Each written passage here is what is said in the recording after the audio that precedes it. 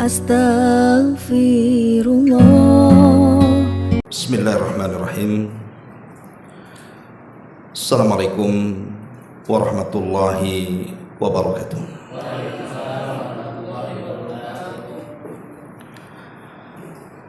Alhamdulillah wassalatu wassalamu ala rasulillah wa ala alihi wa sahbihi wa mawalah wa la hawla wa la quwata illa billahi wa ba'du. Alhamdulillah, segala puja dan puji hanya milik Allah subhanahu wa ta'ala. Salawat dan juga salam kita hadiahkan kepada Rasul kita Nabi besar Muhammad sallallahu alaihi wa ala alihi wasallam. Hadirin dan hadirat yang dimuliakan Allah subhanahu wa ta'ala, kita berada di tanggal 3 Muharram 1446 Hijriah. Artinya kita sudah berpisah dengan Nabi sallallahu alaihi wasallam selama 14 abad yang silam. Tentu banyak sejarah dan pelajaran yang kita akan bahas di malam hari ini berkenaan dengan bulan Muharram ini.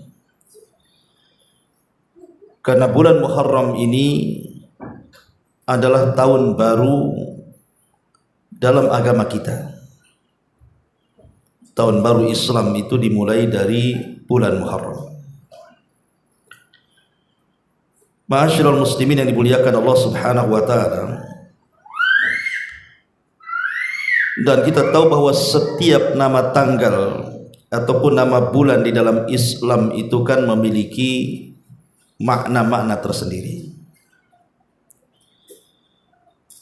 Pertama, bulan Muharram, karena ini bulan pertama kan. Disebut Muharram itu artinya diharamkan. Apa yang diharamkan? Diharamkan untuk berperang. Tidak boleh seseorang itu menyerang kecuali kalau diserang. Makanya orang-orang Arab jahiliyah sejak zaman dahulu juga sangat memuliakan bulan ini. Datang Islam makin dikuatkan lagi kemuliaannya. Kemudian yang kedua ada namanya bulan Safar. Setelah Muharram itu bulan Safar.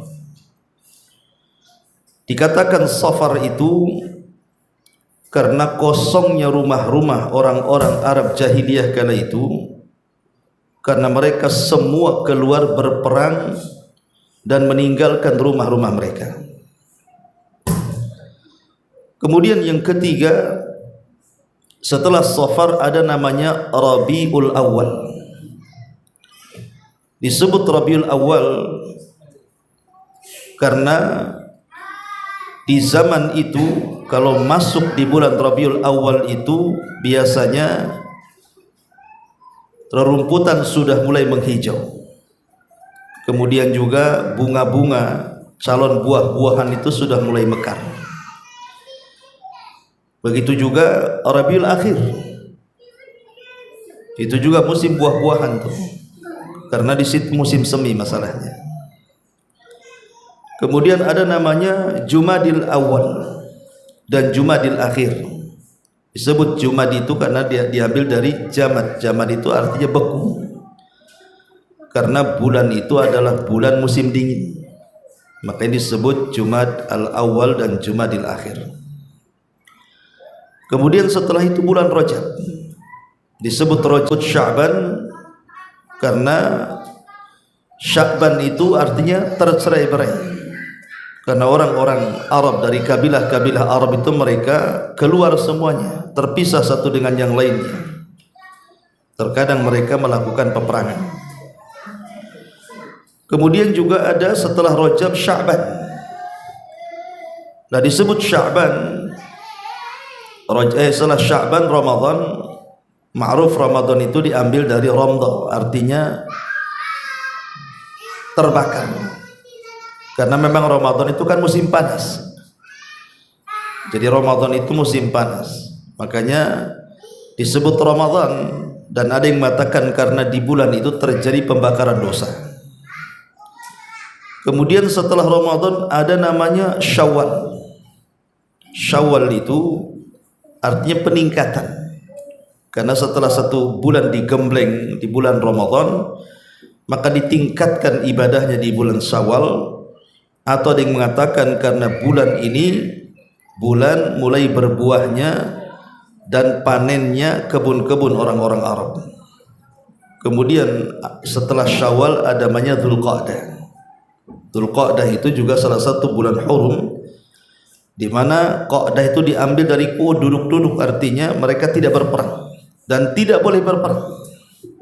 Kemudian yang nomor 12 ada namanya Dzulhijjah, bulan kemarin. Hijjah itu diambil dari haji, karena bulan Dzulhijjah itu bulan haji.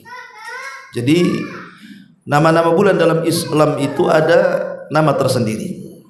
Nah, salah satunya adalah bulan Muharram. Taib, ma'asyiral muslimin wal muslimat rahimakumullah. Kita tahu bahwa kalau kita mengacu kepada sejarah masa lalu, ketika Nabi Allah Adam alaihi salatu wassalam diturunkan dari sorga ke bumi, maka di zaman Adam alaihi salatu wassalam belum ada penanggalan. Baru setelah kemudian lahir anak keturunannya yang disebut dengan Bani Adam. Maka sampai di zaman Nabi Nuh alaihi salatu wassalam, orang-orang pun membuat penanggalan dengan cara tahunnya dinasabkan kepada turunnya Adam alaihi salatu wassalam. Kemudian setelah Nuh wafat, Nabi Allah Nuh wafat, maka kemudian penanggalan beralih. Tahunnya tidak kepada turunnya Adam, tetapi tahunnya kepada tahun tufan, tragedi banjir bandang yang sangat besar yang meluluhlantakkan umat manusia seluruhnya kecuali orang-orang yang ada di perahu Nuh alaihi salam. Jadi tahunnya dinasabkan kepada tragedi tufan. Kemudian setelah Nuh meninggal dunia, kemudian sampai kepada era Nabi Allah Ibrahim alaihi salatu wassalam, maka seluruh keturunan Ibrahim di zaman itu menasabkan tahunnya tidak kepada tufan, tetapi kepada api, karena Ibrahim alaihi salatu wassalam dimasukkan ke dalam api, maka tahunnya dinasabkan kepada api. Ma'asyiral muslimin yang dimuliakan Allah Subhanahu wa taala, dan itu terus sampai kemudian di zaman Nabi Yusuf, sampai kepada zaman Nabi Musa, dan begitu seterusnya, masih menasabkan tahunnya kepada tragedi di mana Ibrahim alaihi salatu wassalam dimasukkan ke dalam api, sampai ke era Arab, ya, ke era Arab. Maka di zaman Nabi sallallahu alaihi wasallam lahir, maka tahun kelahiran Nabi sallallahu alaihi wasallam dinasabkan kepada peristiwa perang gajah. Begitulah ikhwan, kalau kita simpulkan sejak zaman Nabi Adam sampai ke era Nabi sallallahu alaihi wasallam, penisbatan tahun itu selalunya dinasabkan kepada sebuah peristiwa besar. Turunnya Nabi Adam ke surga itu kan peristiwa. Kemudian banjir bandang tufan itu juga peristiwa. Kemudian Ibrahim dimasukkan ke dalam api juga peristiwa. Termasuk juga terjadinya perang gajah, penyerangan Abraha dengan seluruh kekuatannya menyerang Ka'bah, itu juga peristiwa besar. Tetapi Abraha kemudian dihancurkan Allah dengan cara dikirim burung ababil, sehingga Allah turunkan ayat alam tara kaifa fa'ala rabbuka bi ashabil fil. Maka kalau kita kemudian menanggalkan kelahiran Nabi sallallahu alaihi wasallam, pendapat yang masyhur selalunya beliau lahir di hari Senin tanggal 12 bulan Rabiul Awal tahun gajah. Kenapa disebut tahun gajah? Karena 50 hari, 50 hari itu kan sekitar 1,5 bulan kurang lebih. Setelah peristiwa itu lahirlah Nabi. Jadi kelahiran Nabi SAW itu lahir 50 hari setelah perang gajah. Makanya tahunnya disebut tahun gajah. Ma'asyiral muslimin yang dimuliakan Allah Subhanahu wa taala. Setelah Nabi SAW diutus, kemudian mulai berdakwah selama 13 tahun di kota Mekah dan 10 tahun di kota Madinah, belum ada penanggalan. Karena waktu itu memang Rasul belum berhajat untuk membuat penanggalan, kan begitu. Ya tentu karena kesibukan Nabi SAW sendiri, apalagi dia periode Mekah itu betul-betul mendapatkan tekanan yang luar biasa, sehingga nggak kepikiran membuat penanggalan.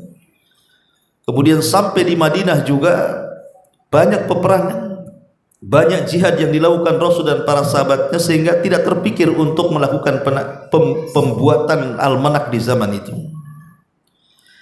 Bahkan setelah Nabi SAW wafat juga, era Khalifah Abu Bakar Siddiq radhiyallahu an pun belum ada almanak penanggalan Islam itu. Jadi masih menggunakan almanak-almanak dari daerah masing-masing, karena Mekah punya sendiri, Madinah punya sendiri, Yaman punya sendiri, dan begitu seterusnya. Jadi belum disatukan dengan satu penanggalan atau satu almanak yang menyatukan seluruh kaum muslimin. Nah, di zaman Abu Bakar juga belum ada, karena memang Abu Bakar sendiri sibuk memerangi orang-orang murtad dan orang-orang yang mengaku nabi-nabi palsu. Apalagi kekuasaan Abu Bakar tidak lama, hanya 2 tahun saja. Baru di masa Umar ibn Khattab radhiyallahu an inilah maka terjadilah sejarah pembentukan almanak Islam atau penanggalan Islam. Ma'asyiral muslimin yang dimuliakan Allah Subhanahu wa taala, berawal dari kisah Abu Musa al-Asy'ari.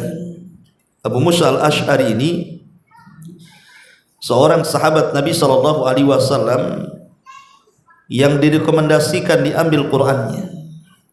Artinya beliau sahabat yang mulia dari kabilah Asy'ariyin yang berasal dari Yaman itu. Jadi kekuasaan Umar bin Khattab itu kan di zaman itu sangat luas sekali, sampai bisa mencaplok Persia yang ada di Iran, kan itu ya. Dicaplok sama Umar bin Khattab radhiyallahu an dan dimasukkan Islam di dalamnya. Kemudian juga sebagian negara Romawi juga jatuh ke tangan kaum muslimin, sehingga semakin jauh daerah Islam tentu juga akan banyak terjadi surat menyuratkan antara pusat dan daerah. Nah, di zaman itu ketika Abu Musa al-Asy'ari yang merupakan kepercayaan Umar bin Khattab radhiyallahu an membuka dokumen negara, rupanya ada satu dokumen itu tertulis tanggalnya di bulan Sya'ban, tapi tidak tertulis tahunnya. Sehingga Umar bin Khattab bertanya kepada Abu Musa, ini Sya'ban tahun kapan? Tahun kemarin kah? Tahun ini kah? Tahun yang akan datang kah? Tidak bisa dipastikan. Sementara itu kan dokumen penting. Lah gara-gara kemudian masalah dokumen yang kemudian tidak jelas tahunnya ini, apalagi kemudian surat menyurat dari daerah ke pusat itu kan selalu melaporkan. Kalau tidak ada penanggalannya, tidak ada tahunnya, kan repot nantinya. Maka akhirnya Umar bin Khattab radhiyallahu an pun mengumpulkan para sahabatnya, mulai berpikir untuk membuat penanggalan Islam tanpa harus mengekor kepada penanggalan-penanggalan yang lainnya. Maka terpikirlah membuat penanggalan Hijriah. Ma'asyiral muslimin yang dimuliakan Allah Subhanahu wa taala. Jadi ketika Umar mengumpulkan banyak para sahabatnya, tentu sahabat-sahabat senior sekelas Ali, Utsman, dan sahabat-sahabat veteran Badar dan yang lainnya yang masih hidup, mulai Umar mengemukakan keinginannya untuk membuat penanggalan dalam Islam, dan mereka setuju semuanya. Yang jadi masalah adalah ketika kemudian mereka mengadakan rapat, mereka bingung dari mana memulai penanggalan itu. ada sebagian sahabat mengatakan, bagaimana kalau seandainya kita mengikuti penanggalan Persia. Dan penanggalan Persia ini biasanya dia membuat tahun itu dari meninggalnya raja yang berkuasa. Begitu juga orang-orang Romawi. Tapi tidak disetujui karena ini kan penanggalan orang kafir. Akhirnya kemudian sebagian sahabat mengatakan, bagaimana kalau dari wafatnya Nabi? Bagaimana kalau diutusnya Nabi SAW menjadi Nabi dan Rasul? Bagaimana kalau dimulai dari peperangan, entah perang Badar, perang Uhud atau perang yang lainnya, atau peristiwa-peristiwa sejarah dalam Islam, tapi semua ditolak. Tetapi ada satu pendapat dari Utsman bin Affan radhiyallahu anhu dan juga sebagian sahabat yang lainnya berpendapat mengatakan, bagaimana kalau diambil dari hijrah Nabi? Kenapa kemudian memilih hijrah? Ada apa dengan hijrah? Karena di balik hijrah itu, di mana Islam semakin jaya dan kuat, dengan sebab hijrah umat Islam menjadi berkuasa, umat Islam menjadi memiliki kekuatan, umat Islam memiliki negara, dan dari hijrah inilah tersebar Islam ke seantero dunia. Jadi sejarah hijrah Nabi itu luar biasa.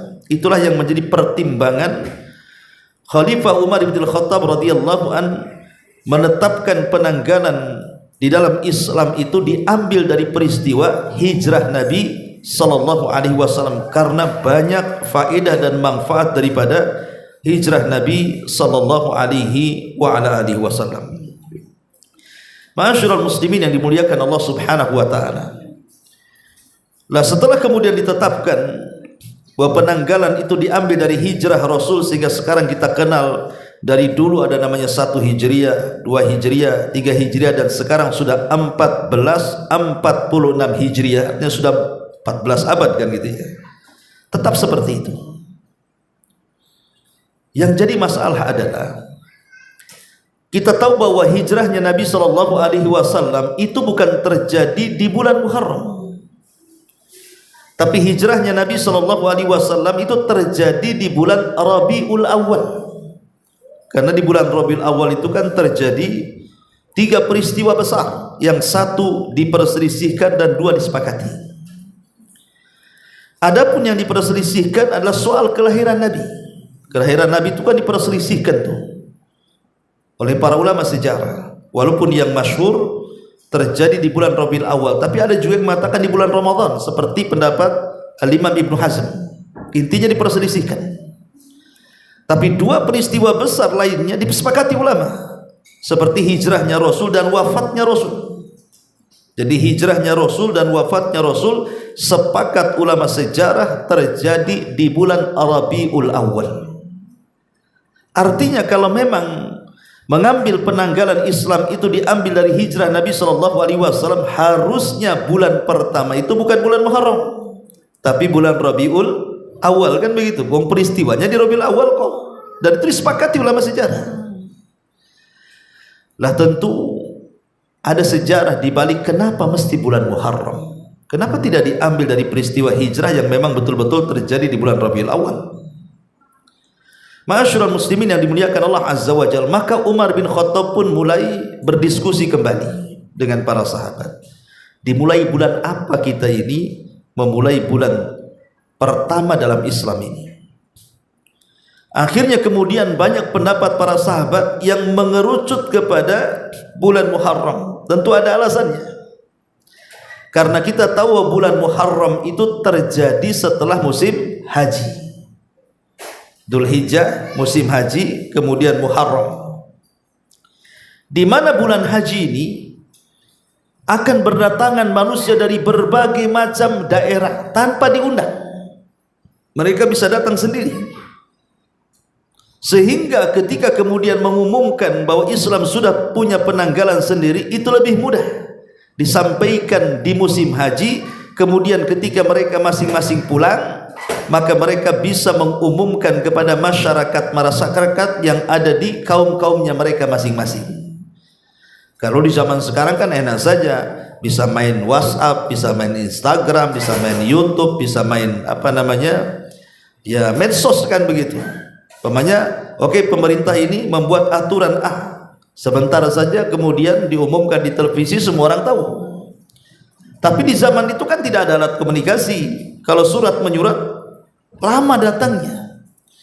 Tapi kalau seandainya kemudian orang itu datang sendiri ke Mekah, kemudian dikasih tahu, mereka pulang kan langsung dikasih tahu sama masyarakatnya.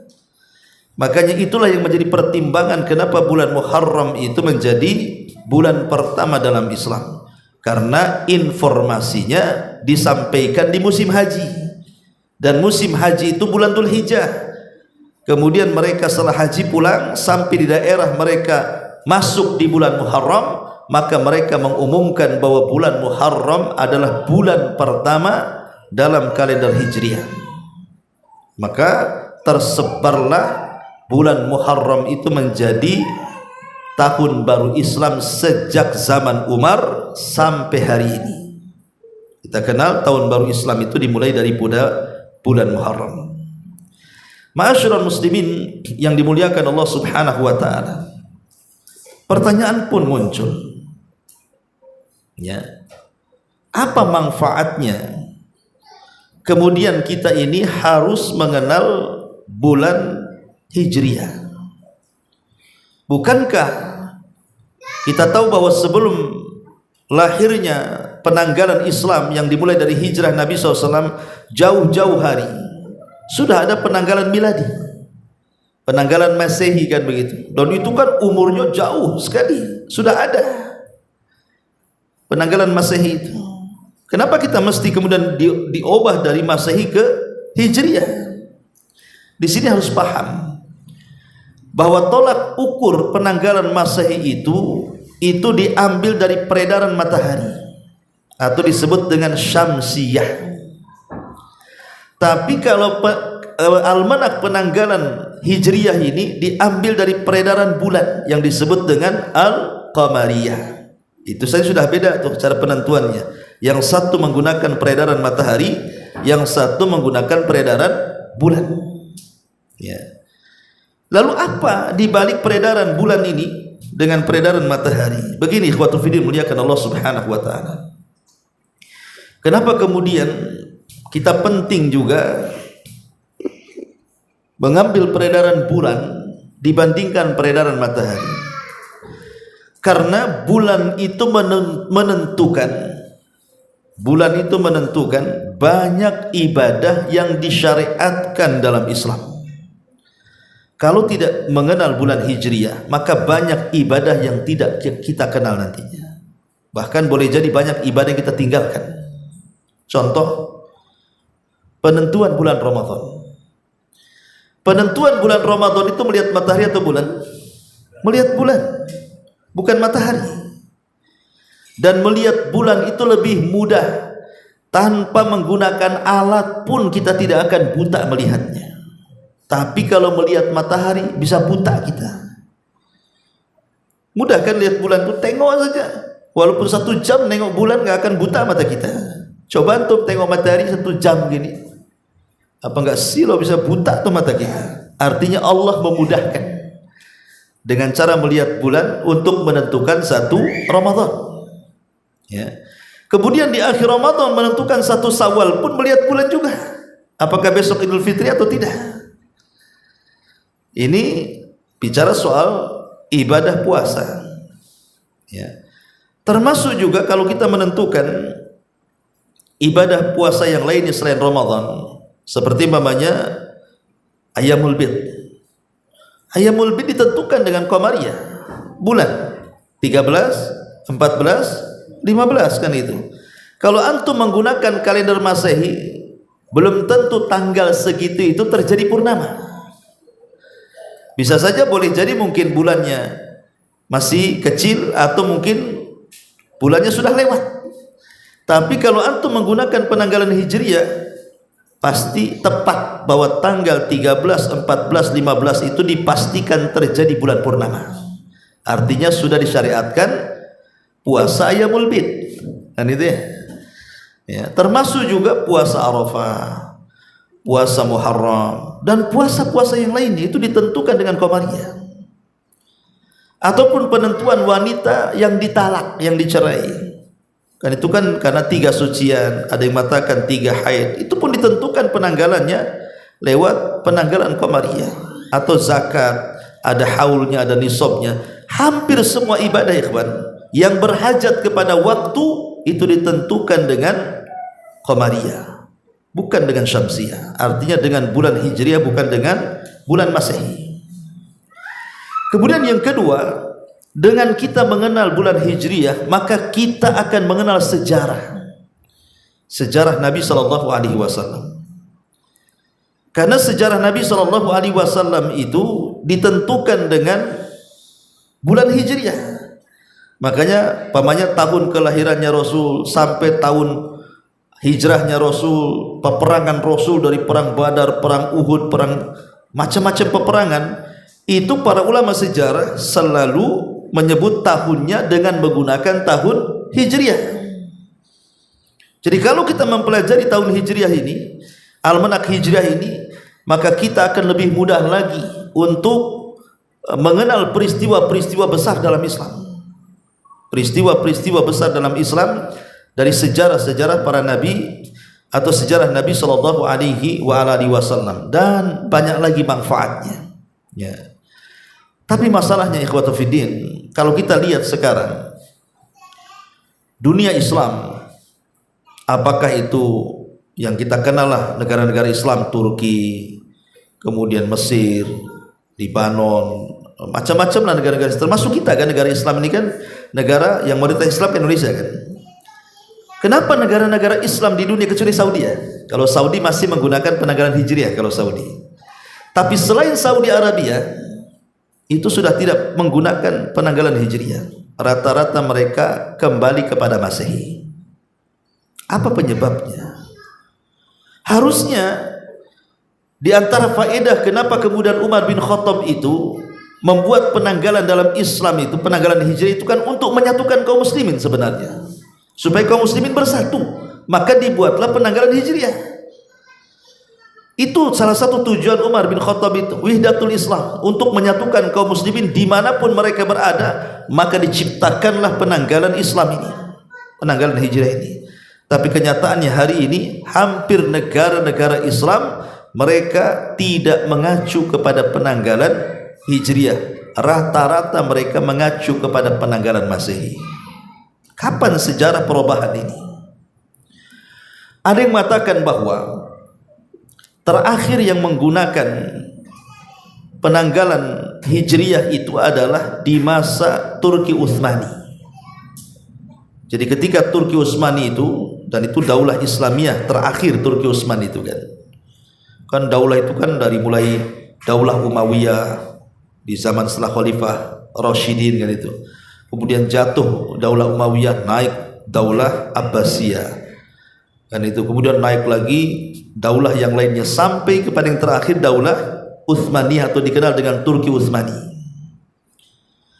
Lah ketika terjadi perang dunia pertama kalau tidak salah, atau perang dunia kedua antara ini, jadi daulah Turki Utsmani ini meminta bantuan kepada Perancis dan sekutunya untuk memberikan bantuan berupa persenjataan, logistik dan yang semacamnya, karena mereka akan berperang, sementara mereka sangat berhajat kepada persenjataan, dan ketika itu Perancis sangat kuat sekali dan juga sekutunya.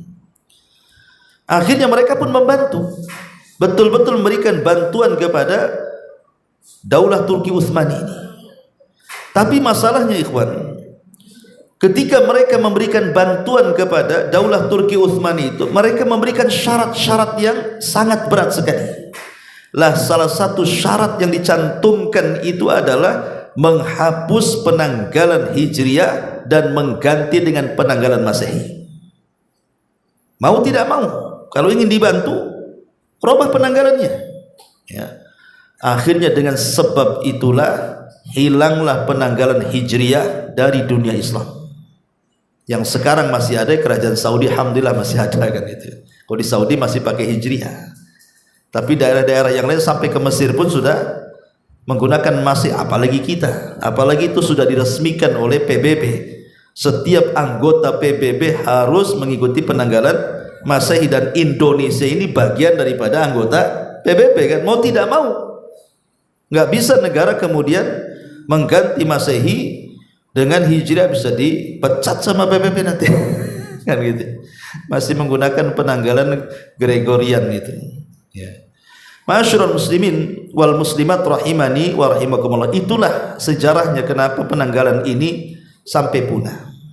Tapi alhamdulillah walaupun demikian kita berusaha ya, teman-teman kita ketika mereka membuat almanak, mencetak sendiri, berusaha untuk membesarkan tanggal Hijriah dan mengecilkan tanggal Masehi. Tapi umumnya penanggalan mesti yang besar Masehinya tuh, Hijriahnya kecil, kadang nggak ada. Kenapa Ustadz? Karena gajiannya pakai tanggal Masehi. Kalau tanggal Hijriah tak gajian-gajian tuh. Orang gajian pakai tanggal Masehi ya, tanggal 30 Masehi, Hijriahnya belum sampai tuh. Ini lambat nanti gajiannya. Lah ma'asyiral muslimin yang dimuliakan Allah Azza wa Jalla, intinya bahwa, dan inilah kemunduran kaum muslimin ketika kemudian terjadi pergeseran dari penanggalan Islam kepada penanggalan Masehi ini salah satu bentuk kelemahan kaum muslimin. Kaum muslimin lemah di sini. Padahal sekali lagi bahwa tujuan Umar bin Khattab membuat penanggalan itu satu, untuk menguatkan, mempersatukan suara kaum muslimin di berbagai macam daerah dengan penanggalan itu disatukan. Yang kedua, demi kejayaan kaum muslimin, karena jayanya kaum muslimin itu ketika kita bisa menyelisihi orang kafir. Tapi lemahnya kaum muslimin ketika kita menyerupai orang kafir. Persis seperti sabda Nabi sallallahu alaihi wasallam, la tattabi'anna sanana man kana qablakum shibran bi shibrin wa dira'an bi dira'in hatta law dakhalu juhra dhabbin la dakhaltum. Sungguh kalian akan mengikuti tata cara umat sebelum kalian, sejengkal demi sejengkal, sehasta demi sehasta. Kalaupun mereka masuk ke lubang biawak padang pasir yang berkelok sekalipun, engkau akan ikut di belakangnya.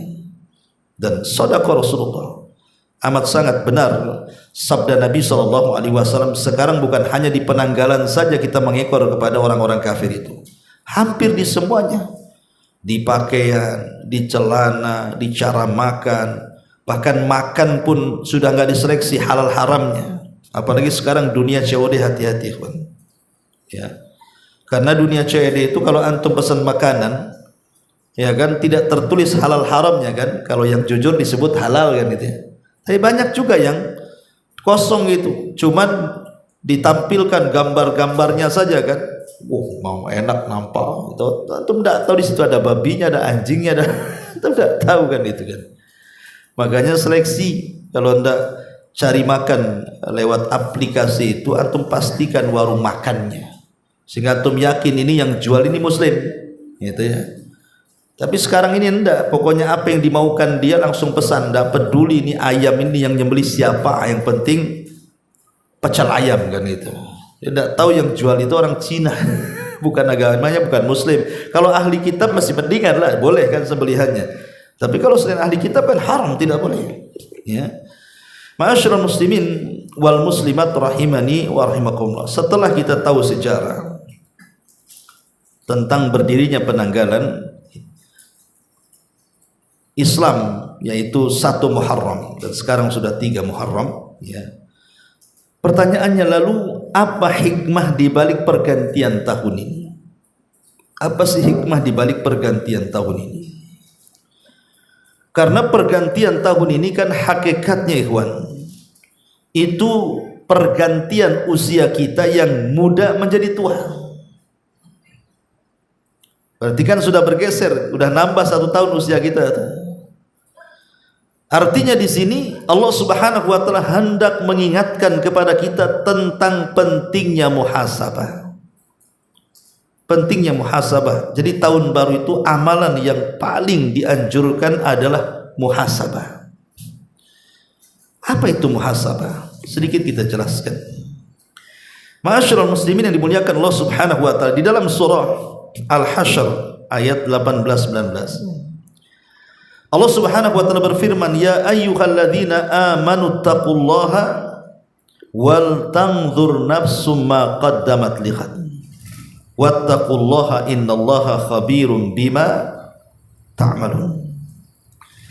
Wahai orang-orang yang beriman, bertakwalah kepada Allah dan hendaklah setiap jiwa itu memperhatikan apa yang telah diperbuatnya untuk esok harinya. Dan bertakwalah kepada Allah karena sesungguhnya Allah Maha mengetahui apa yang kalian lakukan. Ma'asyiral muslimin wal muslimat rahimani wa rahimakumullah. Ayat ini anjuran kepada kita untuk selalu introspeksi. Dan itu dijelaskan dalam hadis Nabi sallallahu alaihi wasallam di mana Nabi SAW mengatakan apa? Al-kaisu man dana nafsah wa amila lima ba'dal maut. Orang yang cerdas.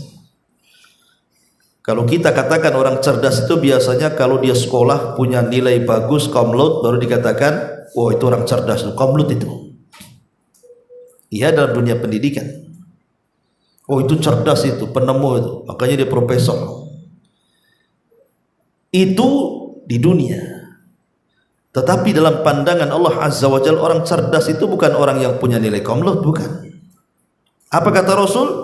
Al-kaisu man dana nafsahu wa amila lima ba'dal maut. Orang yang cerdas itu adalah orang yang selalu introspeksi. Bagaimana hari ini harus lebih baik daripada hari kemarin, bagaimana hari esok harus lebih baik daripada hari ini. Kemudian yang kedua, beramal untuk setelah kematiannya. Apa yang akan kita bawa? Itulah orang yang cerdas. Jadi Rasul mendefinisikan cerdas itu ketika orang itu semakin baik kondisinya, semakin soleh kondisinya, di mana hari ini lebih baik daripada hari kemarin, esok harus lebih baik daripada hari ini. Itulah orang cerdas. Lah itulah momen tahun baru ini, introspeksi. Apa yang sudah kita lakukan kemarin dan apa yang harus kita kerjakan esok hari.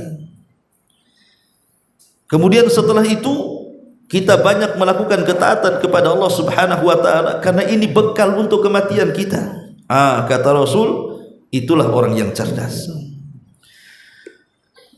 Ma'asyiral muslimin wal muslimat rahimani wa rahimakumullah. Kenapa muhasabah di tahun baru itu penting? Karena di zaman sekarang ini kan kadang-kadang aneh-aneh orang-orang itu ketika sampai di tahun baru kan. Kadang-kadang merayakan tahun baru. Dengan cara apa? Kadang-kadang dengan cara membuang-buang uang, beli petasan. Ya, kadang-kadang memang ada acara-acara tertentu ikhtilat laki-laki perempuan, nampaknya sih peringatan tahun baru, pengajian akbar. Tapi terkadang di dalam pengajian itu ikhtilat macam-macam di situ. Enggak dicampur laki-laki perempuan di situ. Kemudian disetelkan musik, joget-joget, nyanyi-nyanyi dan begitu seterusnya kan. Manfaatnya apa? Setelah kemudian merayakan seperti itu, apakah besoknya jauh lebih baik atau kalau tidak lebih baik? Kan intinya bahwa dengan kedatangan tahun baru itu kan kita diingatkan dengan hijrah. Dan hijrah itu artinya kita berhijrah dari yang tidak baik kepada yang baik. Karena hijrah dari Mekah ke Madinah sudah nggak ada lagi. Hijrah dari negeri kafir ke negeri Islam. Hijrah dari perbuatan yang jahat kepada yang baik, bertobat kepada Allah. Itu inti daripada hijrah. Nah, apakah orang-orang yang melakukan perayaan itu setelahnya lebih baik? Jadi intinya bukan merayakan, tapi intinya merubah diri kan begitu. Kalau setelah adanya perayaan kemudian jadi bagus kan gitu, mantap, ini enggak, sama aja. Ya, bahkan lebih buruk kondisinya. Ma'asyiral muslimin yang dimuliakan Allah Azza wa Jalla. Makanya kalau sampai kita tidak sampai muhasabah ikhwan, ada pengaruh-pengaruh buruk bagi kita. Apa saja? Pertama, orang yang sedikit muhasabah itu biasanya dia akan mudah terjerumus kepada kemaksiatan kepada Allah. Orang kalau sedikit muhasabah itu mudah melakukan maksiat karena enggak akan memikirkan hidup dia masalahnya. Tapi kalau orang muhasabah, aduh dosa sudah banyak, masa emang maksiat terus ini sampai kapan? Kan gitu. Dia akan berpikir ke situ tuh. Ya. Makanya orang yang sedikit muhasabah akan mudah terjerumus kepada maksiat kepada Allah Subhanahu wa taala. Dan susah meninggalkan maksiat. Bukan hanya menambah maksiat, susah dia meninggalkan maksiat. Kemudian juga setelah susah meninggalkan maksiat jadi malas melakukan ketaatan. Itu sudah beruntun tuh.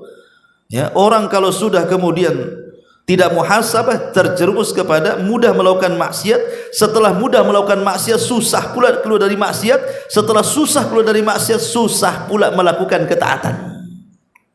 Itu memang tasalsul seperti itu, akan saling bersambung tuh. Ya. Termasuk juga kalau sudah seperti itu, sudah banyak maksiat, susah bertobat, susah taat kepada Allah Azza wa Jalla, maka hari-hari yang dilalui hanya akan membawa dosa di hadapan Allah Subhanahu wa taala. Makanya penting kita ini muhasabah. Lalu apa yang bisa mendorong kita untuk mampu melakukan muhasabah di tahun baru ini? Ya, yang pertama, cobalah terpikir tentang kebahagiaan. Bahwa hidup kita ini bukan hanya di dunia saja. Ada kehidupan yang jauh lebih mulia, lebih kekal, lebih bahagia, kehidupan akhirat. Sehingga dengan mengingat akhirat itu, dengan cara muhasabah mengingat akhirat itu, insya Allah orang akan terpikir merendahkan, mengurangi aktivitas dunianya dan akan mulai mengejar akhiratnya. Ini yang pertama. Ya, terpikir kebahagiaan akhirat. Ya. Yang kedua, cobalah berfikir kepada aib-aib yang ada pada badan kita. Jangan terpikir kepada aib orang lain. Karena umumnya orang-orang yang tidak muhasabah, introspeksi diri, itu merasa dirinya itu lebih suci dibandingkan orang, lebih benar dibandingkan orang, lebih baik dibandingkan orang. Terutama terkadang juga fitnah bagi orang-orang yang sudah mengaji, kadang-kadang meremehkan orang. Ya kan? Padahal belum tentu. Terkadang orang-orang yang kita remehkan, mereka punya amalan yang kita tidak tahu. Rupanya dengan amalan itu memasukkan duluan mereka ke dalam sorga dan kita pula dilambatkan. Kan kita tidak tahu. Maka di zaman Nabi SAW itu ada seorang sahabat suka mabok. Di zaman Nabi juga ada sahabat yang mabok itu. Tapi di zaman itu kan nggak mabok terang-terangan. Lain ke sekarang ya kan, minumannya aja terang-terangan dijual, apalagi yang maboknya sampai tidur di colokan pun ada kan. Di zaman Nabi ya sembunyi-sembunyi, tapi kalau orang sudah mabok kadang-kadang lupa diri kan, akhirnya ketahuan. Akhirnya dilaporkan, ditangkaplah anak muda ini dan hukuman para pemabok dicambuk 40 kali cambukan. Di zaman Nabi, kemudian di zaman Umar direvisi menjadi 80 cambukan. Ya. Karena dikiaskan kepada orang yang menuduh wanita baik-baik berzina. 1 kali, 2 kali ketangkap lagi, dicambuk lagi, 3 kali ditangkap lagi, cambuk lagi. Akhirnya kesel para sahabat, dicaci makilah dia. Tapi Rasul melarang, tidak boleh mencaci maki dia. Kenapa? Kata Rasul, karena dia sangat mencintai Allah dan Rasulnya. Padahal dia pemabuk tuh, tapi dia sangat mencintai Allah dan Rasulnya yang tidak tahu sahabat yang lainnya. Terkadang orang yang kita anggap dia itu mungkin tidak baik di mata kita, rupanya mereka punya amalan yang kita tidak tahu. Boleh jadi mereka pernah bersedekah dengan ikhlas, pernah sholat ikhlas, pernah apa ikhlas, kita tidak tahu kan di balik itu. Yang kita kadang-kadang beramal riya. Boleh jadi mereka menangis setiap hari ingin bertobat tapi tidak bisa. Kita pula kemudian berbangga seolah-olah kita paling banyak pahalanya pula kan gitu. Ujub jadinya. Ya, makanya lihatlah aib diri sendiri. Kemudian jangan pernah lihat aib orang lain, karena orang itu punya aib semua. Ikhwan, saya, antum, kalau Allah bongkar aibnya, mungkin antum nggak mungkin ngaji sama saya, nggak mungkin antum ngundang Abu Merah kalau antum tahu aib saya. Tidak mungkin menteri-menteri, presiden, pejabat-pejabat, wali kota dan begitu seterusnya, kalau Allah bongkar aib mereka, antum tidak akan menghargai mereka. Orang itu dimuliakan tuh karena masih ditutup aibnya oleh Allah. Hatta para ustadz, para ulama juga, mereka punya aib. Maka ketika kita muhasabah itu, kenali aib sendiri, jangan sibuk mengenali aib orang lain. Kemudian yang ketiga, ya, cobalah kita berpikir tujuan Allah menciptakan kita itu apa. Kan kita ada tujuannya, kenapa Allah ciptakan saya ya? Harusnya kan pertanyaan itu kan ada pada diri kita. Buat apa Allah ciptakan saya? Kenapa harus terlahir ke dunia? Rupanya Allah Subhanahu wa taala sebutkan dalam Quran tujuannya, wa ma khalaqtul jinna wal insa illa liya'budun. Bahwa tidaklah aku ciptakan jin dan manusia kecuali dengan sebab itu Allah perintahkan mereka untuk beribadah, untuk mentauhidkan Allah. Kalau orang tahu tujuan Allah menciptakan kita, tentu kita tidak akan seperti binatang, karena ada manusia itu justru seperti binatang, bahkan lebih parah daripada binatang. Kerjanya hanya makan, minum, tidur, enggak pernah ingat Allah, melakukan maksiat begitu setiap hari. Apa bedanya Anda dengan binatang? Seolah-olah enggak ada tujuan hidup saja. Tapi manusia itu ada tujuan hidup. Tujuan hidup mereka adalah ibadah. Kalau kita muhasabah, tujuan kita hidup adalah ibadah, insya Allah ini yang menjadikan kita baik. Ini yang ketiga. Kemudian yang keempat, berusaha ijtihad dalam melaksanakan ketaatan. Lawan tuh hawa nafsu. Terkadang memang hati itu dipenuhi dengan iqbal dan idbar. Terkadang ada semangat, terkadang ada futurnya. Itu wajar manusia. Kadang antum semangat ngaji, kadang malas. Kadang antum semangat sholat, kadang malas. Kadang antum semangat untuk berbuat baik, kadang antum malas. Itu wajar manusia. Setiap kesemangatan itu pasti ada futurnya.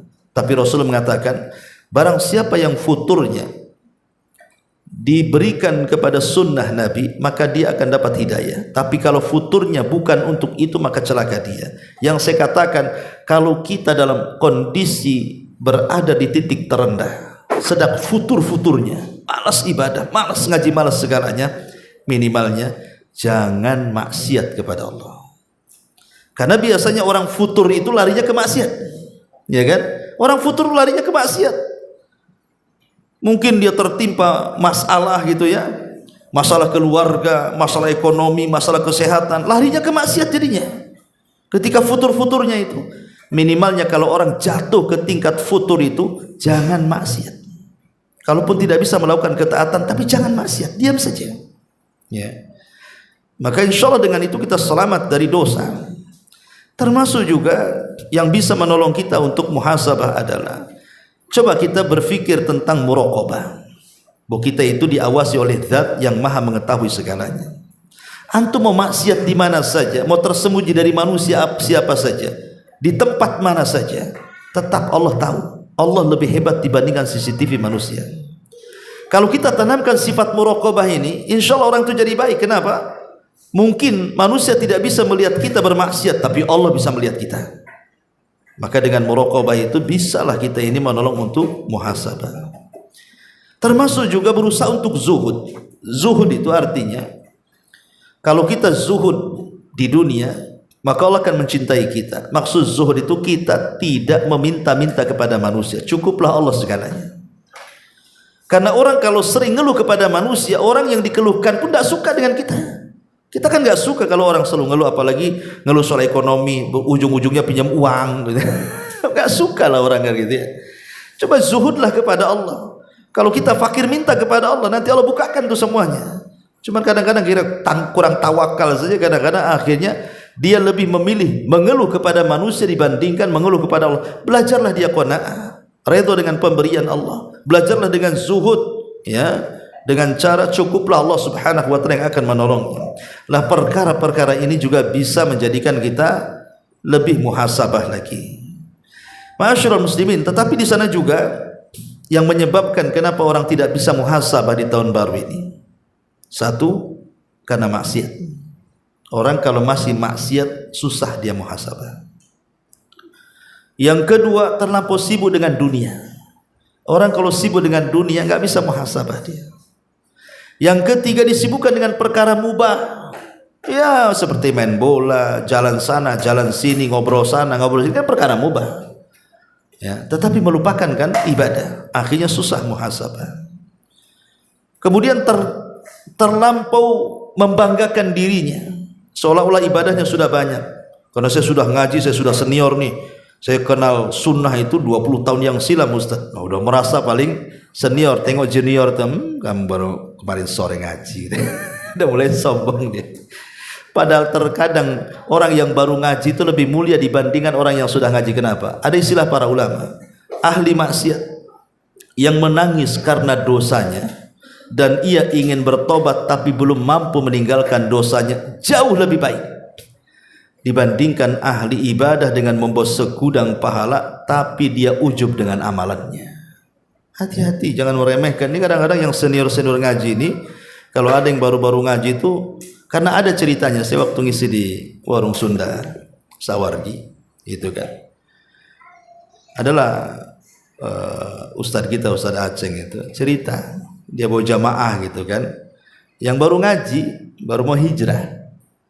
Cuman istrinya itu belum pakai cadar, belum pakai pakaian syar'i gitu. Ya masih kayak biasa lah pakai jilbab orang-orang awam gitu kan, belum menutup auratnya betul. Dibawa ke pengajian. Sampai di pengajian dicuekin semua. Jadi dia sendiri duduk, ini yang bercadar-cadar sana ngumpul itu, yang syar'i, nggak mau deket-deket. Coba bayangkan, orang ini mau hijrah karena dia tahu apa yang dilakukan dia salah. Kalau ikut kaidah tadi justru dia lebih baik kan, walaupun seperti itu, karena ada niat hijrah, dia bertobat. Lah ini orang-orang sudah ngaji merasa ujub, merasa paling banyak pahalanya kan gitu ya. Yang lebih parah lagi, habis pengajian ditegur pula, langsung ditegur. Nanti kau datang kembali lagi pakai pakaian yang bagus katanya. Lah ini orang baru ngaji, masa kayak gitu? Harusnya kan dirangkul kan. Harusnya kalau bisa dikasih hadiah, nih ada pakaian bagus kayak itu. Enggak, langsung main tembak-tembak saja. Ini akhlaknya enggak ada. Ini Nabi mengatakan kepada siapa? Mu'ad dan juga Abu Musa al-Ash'ari saat berdakwah ke Yaman, basyira wala tunafira. Mu'ad, kalau berdakwah itu kasih kabar gembira, jangan kau buat lari. Maknanya jangan ceritakan pakaiannya dulu, ngobrol yang lain saja kan bisa kan. Masya Allah, anti dapat hidayah, mudah-mudahan istiqomah kan gitu ya. Soal pakaian itu kecil ya, karena pakaian itu bukan masukkan orang ke surga. Yang masukkan orang ke surga itu akidahnya, tauhidnya, ibadahnya kan begitu. Nanti dengan sendirinya pakaian itu kalau dia sudah paham berubah sendiri itu. Ngapain yang kecil-kecil diurus, yang besar pula nggak diuruskan gitu. Nah, ini masalah ya kawan.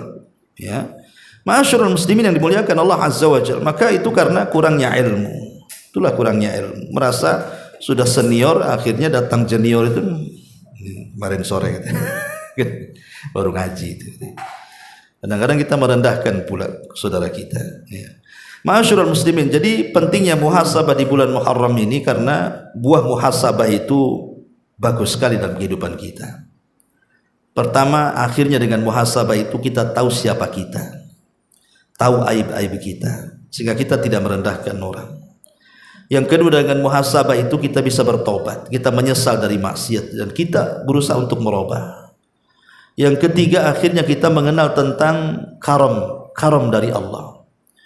Bagaimana Allah Subhanahu wa taala itu maha karam, maha pemurah. Sehingga dengan pemurahnya kita maksiat tapi tidak diazab di dunia. Alhamdulillah. Kalau Allah mau setiap dosa diazab, enggak ada orang bisa hidup ya kawan. Atau minimalnya kalau orang berdosa itu Allah kasih bau yang tidak baik, enggak mungkin saya duduk dekat antum atau antum duduk dekat saya kan. Tapi Allah maha baik dengan kita. Allah tutup aib kita. Allah tidak azab, bahkan tidak dikasih bau pun kalau kita maksiat. Ini menunjukkan bahwa karamnya Allah. Kemudian yang keempat, akhirnya dengan muhasabah kita tahu hak-hak kita kepada Allah seperti apa. Dengan muhasabah juga akhirnya kita semakin merendah diri dan kita tahu kehambaan kita kepada Allah Subhanahu wa taala. Akhirnya dengan itu kita semakin semangat lagi untuk melaksanakan ketaatan dan menjauhi kemaksiatan. Dan boleh jadi kalau dia pernah mengambil hak-hak orang lain, dengan muhasabah kita akan kembalikan hak-hak itu. Dan banyak lagi manfaat orang yang bermuhasabah.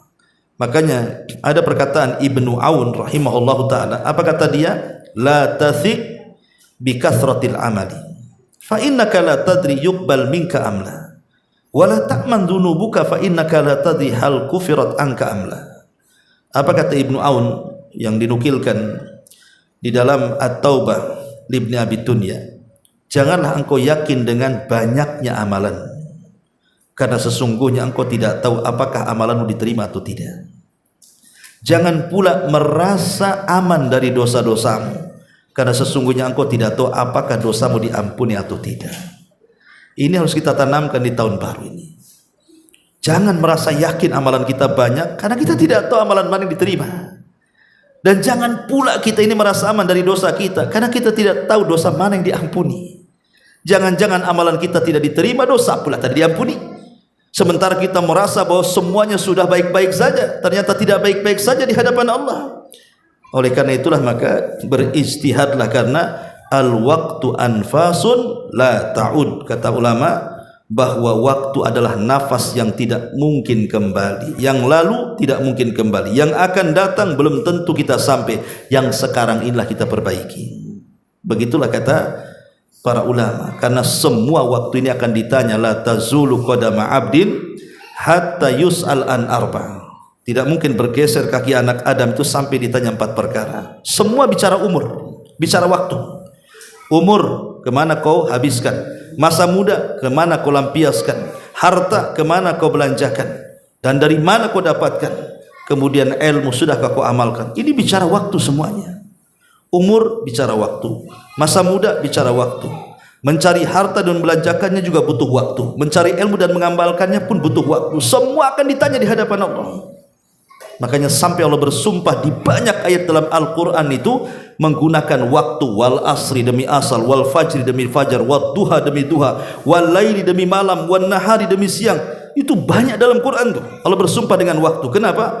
Karena kita ini berjalan dengan waktu, dan waktu itu akan ditanya di hadapan Allah subhanahu wa ta'ala. Wallahu a'lam bishawab. Ini yang bisa saya sampaikan. Pas sudah jam 9. Sebelum saya tutup, kalau ada yang bertanya silahkan.